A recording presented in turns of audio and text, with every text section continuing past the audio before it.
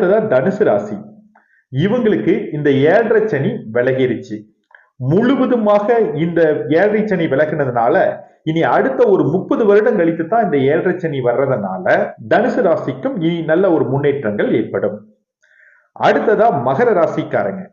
இவர்களுக்கு ஜென்மச்சனி விலகுச்சு. இப்ப இந்த ஜென்மச்சனியில் இருந்த அனைத்து பிரச்சனைகளுமே கொஞ்சம் விலகி இப்ப அடுத்த 2.5 வருடம் பாதச்சனியா மாறுது. இந்த மகர ராசிக்காரர்களுக்கும் உச்சனி அவங்களுக்கு விலகினதே ஒரு பெரிய நன்மைதான். இந்த மீன ராசிக்கு இப்பொழுதுதான் 7.5 சனி ஆரம்பிக்குது.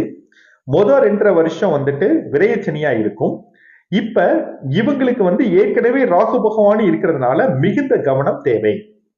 இந்த கன்னி ராசிக்காரர்களுக்கு இப்பதான் ருணுரோக சனியா ஒரு நல்ல ஒரு இடத்துக்கு வந்தாரு சனி பகவான். இருந்தாலும் அந்த கன்னி ராசியில கேது பகவான் இப்ப உள்ள வந்திருக்காரு. ஆகையால கொஞ்சம் ஒரு கலவையான ஒரு